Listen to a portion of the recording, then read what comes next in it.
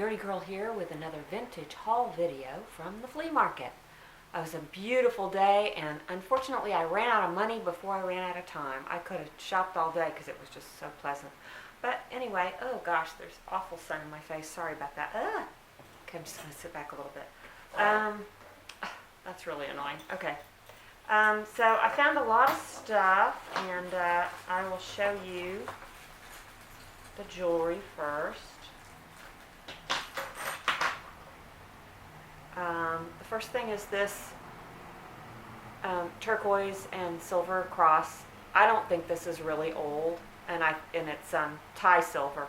I paid $10 for that. I may, because I'm not sure it's vintage, I may sell that on eBay. But the rest of this jewelry, which I got from the same place, is vintage. It's possibly Native American, but the marks are a little on the scanty side. But there's this turquoise and that may be coral pendant, and it's got a oh no, okay, this one is Mexico. This is a Mexican silver, sorry. And then this is the one that's got a mystery mark that I haven't been able to decipher. It's got a little bird mark, and it just says sterling 925, and it has that. But that's a nice turquoise. And then this looks very similar in style, but a little bit smaller. And this one is 925 hecho en Mexico. Those are older marks, so the Mexican marks. So those are 1970s or older.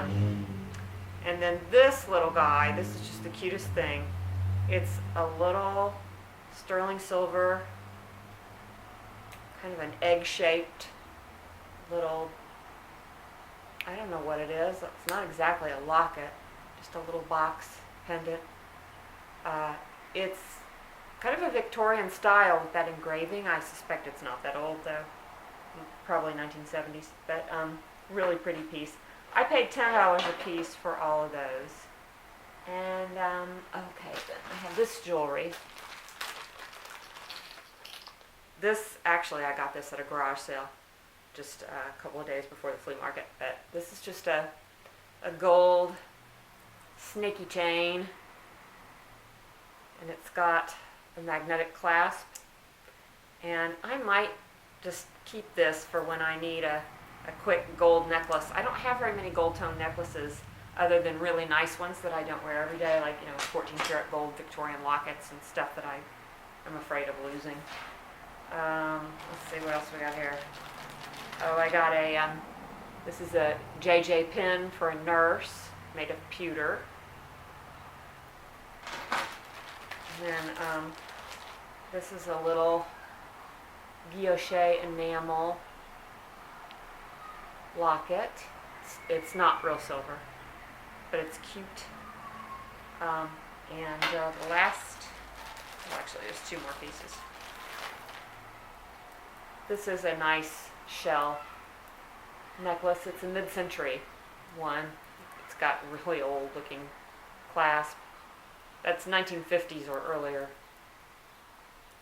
I like the pink color. And then let's see, this is just a plain gold tone. Just a plain gold tone chain. And I got those 5 pieces, 4 pieces? I thought there were, 5 pieces for $4. And that is it for the jewelry. And I got a few more interesting things to show you. This is a vintage leather motorcycle bag. It's pretty worn. It's got a lot of rust on the little concho thing here, and the buckles are pretty distressed, but it's not falling apart or anything. The leather's in pretty good shape. This dates to, well, the guy said he removed it from a 1971 motorcycle, so it's probably right around that era. And I paid $15 for that. Not sure, it doesn't have a name on it, so I don't know if I can really do much good with that. I got this, I believe that this is Victorian green transfer wear really large teapot. It is marked the rose, and it says DH something. It has a little beehive. And I haven't quite figured out what that is yet, but I paid $10 for that. It's got some staining on it. I'm going to have to see what I can do to get the stains out. I got this mid-century modern ashtray from Hotel Viking in Oslo. It is Stavanger flint. Is that right? Well, anyway, there's the mark. It is a well-known Swedish pottery maker, very collectible. I paid $4 for this.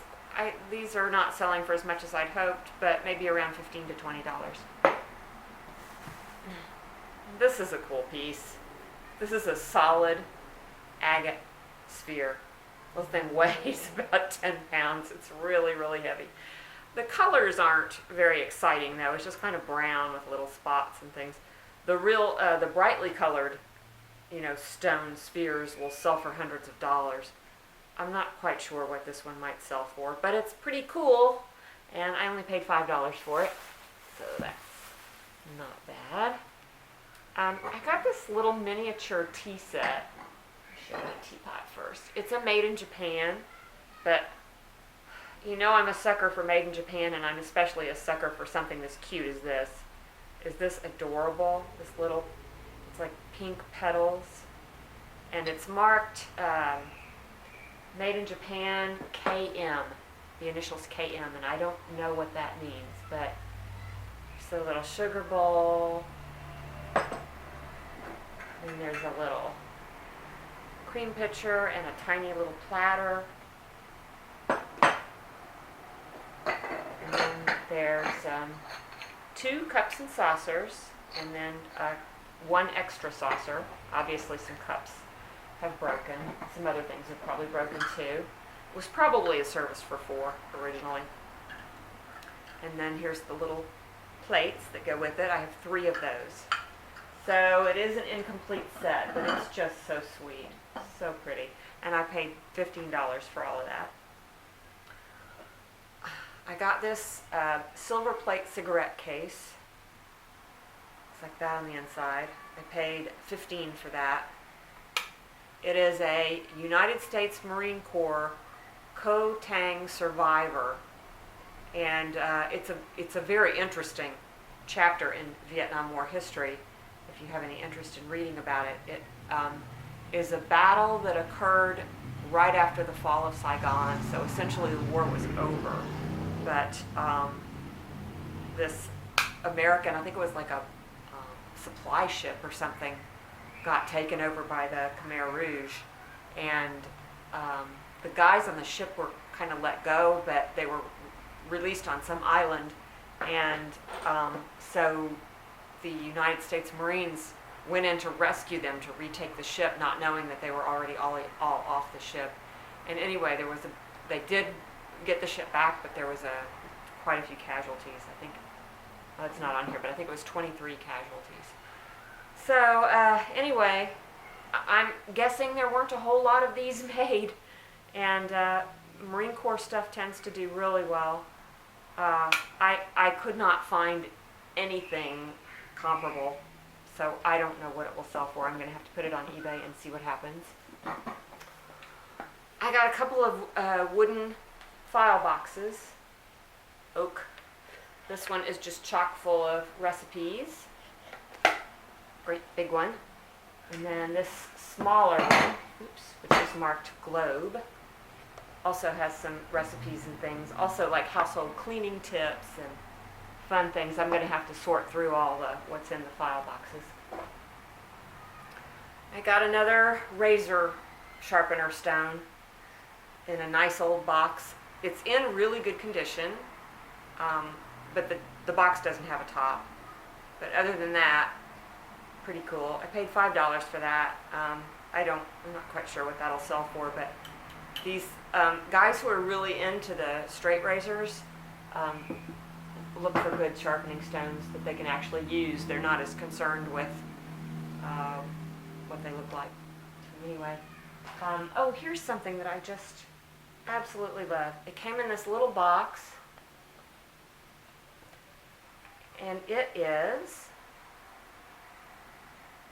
here, it is, from what I understand, it's an olive grabber, olive tongs. Could also be used for sugar cubes. Very cute, but this is the part that's very neat. The guilloche enamel on it.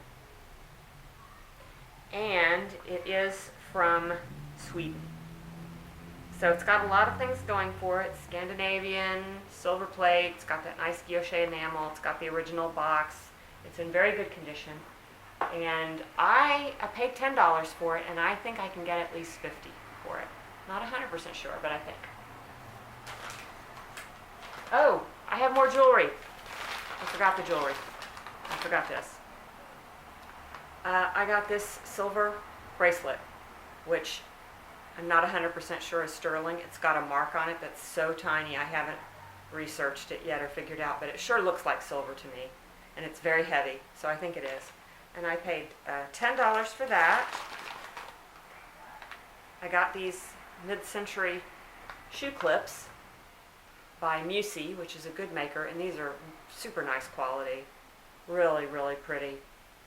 And those were $10. That's probably a little much to pay for those, but I just thought they were so pretty. I got this pen. This is like a pot metal pen, probably from the 1920s to 1930s. With this adorable little, I guess it's like a shepherd with a little lamb or something. And that was $8. I haven't researched this yet, but I just had a really good feeling about it and somehow couldn't make myself put it down. And then the last piece I got was this damascene brooch, like so. It's probably Japanese, and it's not super good damascene, but what I liked about it, it has these birds and a little nest with eggs in it. And I just thought the subject matter was kind of charming, so I paid $7 for that. And I don't really know what I can get for any of this stuff. I hope I can make some kind of profit on it. Let's see. One more thing. I got this little needle book. It is the American Army and Navy needle book. I'm thinking this is probably 1920s maybe. So it's not, you know, they have Victorian ones. Silver steel, hardened in something. I don't know. Anyway. I probably wouldn't have bought it, except this lady, it was a little old lady, really old, like probably 80 years old, there at the flea market, and she was selling her things that she'd collected over the years, and you could tell how much she loved her stuff. She just wanted to show it to me and have me appreciate it. And most of the things, it was kind of at the end of the day and I didn't have much money left, and most of the things I couldn't afford anyway, but she had some really nice stuff. But I ended up buying that needle book because it was $5 and I could afford it, and she was so happy to sell me something. She was, you know, it's, I can imagine how I'll be when I'm really old and somebody's urging me to sell off my stuff. It's going to be hard. So I kind of sympathized with her. But anyway, I think, yep, that's it. That's all I have to show you. These things are or soon will be for sale in my Etsy shop at vintagedazzle.etsy.com or on eBay. I will put the links down below. Thanks for watching. Please give this video a thumbs up if you like it, and subscribe if you haven't, and I will see you again soon. Bye.